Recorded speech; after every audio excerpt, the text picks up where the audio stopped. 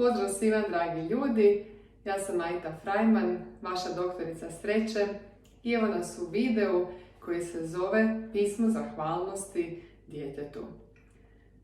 Razmišljajući kako našim djeci možemo osigurati sretniji, bolji i kvalitetniji život, dok sam pisala svoju knjigu Hrabrost na putu sreće, došla sam zapravo na ideju da bi bilo zgodno napisati djetetu pismo zahvalnosti. Često puta nedovoljno hvalimo svoju djecu. Kad radim radionice sa ljudima, pitam ih jesu li ih roditelji hvalili, u kojoj mjeri. Najčešće mi odgovori kažu samo nekad su nešto rekli ili usputno su nešto rekli moji roditelji. I zapravo ljudi sami sebe nisu naučili hvaliti i nisu se naučili uopće gledati kroz prizmu pohvale, kroz prizmu vrijednosti, kvaliteta, dobrota, vrlina, svih onih lijepih stvari koje bi mogli misliti o sebi. Zbog toga smo često puta osakaćeni kroz život, zato što ne razumijemo svoje vrijednosti, a nismo ih dobili u nekoj najranijoj dobi u kojoj je bilo najljepše zapravo da smo ih dobili, kada smo potpuno prijemčivi za takve stvari, kada puno o tome ne mislimo i kada nam je još dovoljno otvoren da možemo sa jednostavnošću i lakoćom primiti sve te informacije koje se lako mogu ulijepiti u našu sivu koru, odnosno postati dijelom naše navike. Zato sam odlučila ne baviti se toliko time jesu ili nisu roditelji nama davali dovoljno pohvala, nego iskoristiti zapravo priliku to što sam ja roditelj i dati svom djetetu primjer toga da može biti situacija drugačija i da je sasvim u redu da roditelji hvale svoju djecu. To se može napraviti na jednostavan način, a to je recimo da im napišete pismo zahvalnosti. Možete mu pismo dati odmah, dakle svom djetetu, ili ga možete spremiti pa im dati za neki budući događaj, u nekom trenutku da ga pronađu, nije važno, ali važno je da napišete pismo doista iskreno, onako kako vi smatrate da doista treba i da to budete 100% vi. Zato ću vam u ovom videu pročitati iz moje knjige Hrabrost na putu sreće u dijelu inspirativnog roditeljstva u izazovu broj 7, što sam ja napisala svome sinu kao pismo. Čisto kao primjer da imate za sve vas koji nemate moju knjigu, kako može izgledati jedno pismo zahvalnosti. Zato sam ovom prigodom i obukla najdražu majicu moga sina na kojem piše, vi to sad ne vidite, sve piše Love is life, life is love, pa evo nek bude i majica u skladu s ovim što ću pročitati. Dragi sine, ovo je moje pismo zahvalnosti tebi, Mateju, što si došao na ovaj svijet i što si, kako ti voliš reći, od svih mama na svijetu odabrao baš mene. Tvojim dolaskom mnogo toga se promijenilo u mom životu. Zapravo, malo toga ostalo je isto. Koliko god se čini da mi odrasli učimo djecu kako živjeti, svakim danom sve više uviđam kako mi zapravo trebamo učiti od vas djece, koja ste uvijek u sada i koja ste mnogo bliže izvoru nego mi odrasli.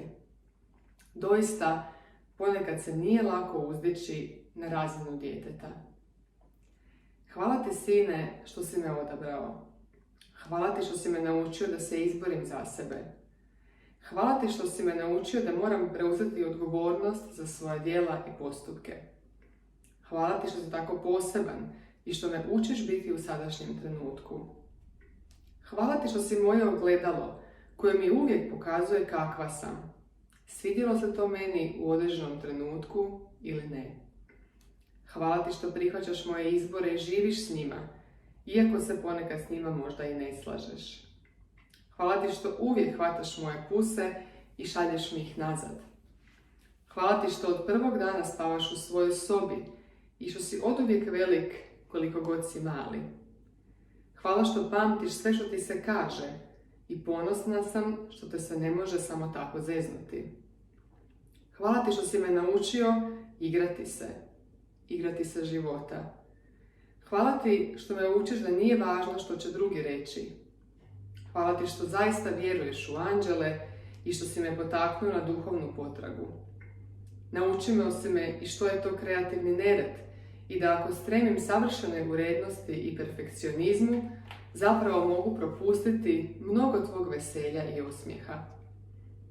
Hvala ti što plešemo skupa i što zajedno pjevamo. Hvala ti što mi svakog jutra dođeš u krevet i daš mi svoj najnježniji a joj, poljubac. Hvala ti što se veseliš svaki dan kutiji zahvalnosti i što znaš da se u životu sve višestruko vraća. Hvala ti što si ponekad tvrdoglav, jer iako tada nije s tobom lako, istovremeno sam ponosna jer imaš sebe.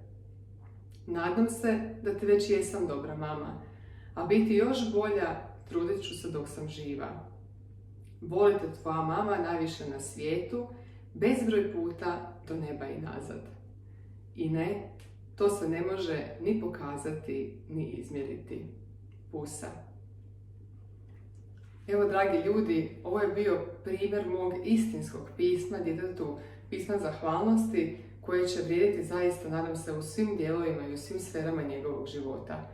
Kako vrijeme teče, vjerojatno ću staviti još i neko novo pismo za njega, kako se stvari budu razvijale. Želim vas potaknuti da i vi svoje djeci, ukoliko ih imate više, svakoj ponaosob napišete pismo, osobno pismo, taman da ga oni nikada i ne pročitaju. Vama će biti korisno da svoje iskrene emocije, svoje razmišljanja i stavove podijelite ovako sa papirom i vi ćete se jednostavno osjećati bolje kao roditelj. Puno toga možete osvijestiti. A vašem djetetu bit će zaista simpatično i krasno tada ili već jednog dana u budućnosti to pismo i vidjeti. Zamislite kako biste se vi super osjećali da imate pismo zahvalnosti od vaših roditelja, posebice u situaciji ukoliko oni više nisu živi. Neka vam taj osjećaj kojeg biste imali da imate to pismo bude motiv, najjači motiv da vi svojoj djeci napišete ovako jedno pismo. Nadam se da vas je video inspirirao, nadam se da pisma uskoro stižu vašoj djeci. Budite im uzor, budite im ponos, budite onakvi kakvi za njih želite da oni budu.